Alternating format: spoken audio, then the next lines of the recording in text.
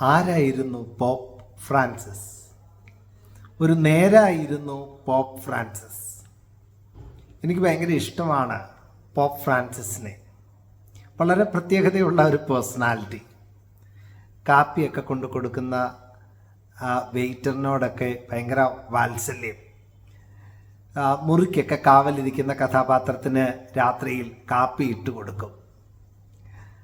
വളരെ വ്യത്യസ്തനായ ഒരു മാർപ്പാപ്പ.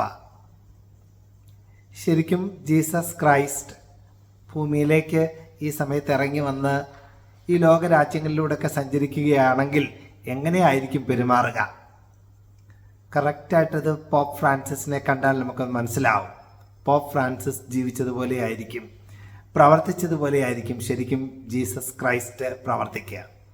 ലോകം മുഴുവൻ ഫ്രാൻസിസ് പാപ്പയെ ഇഷ്ടപ്പെടാനുള്ള കാരണവും അത് തന്നെ.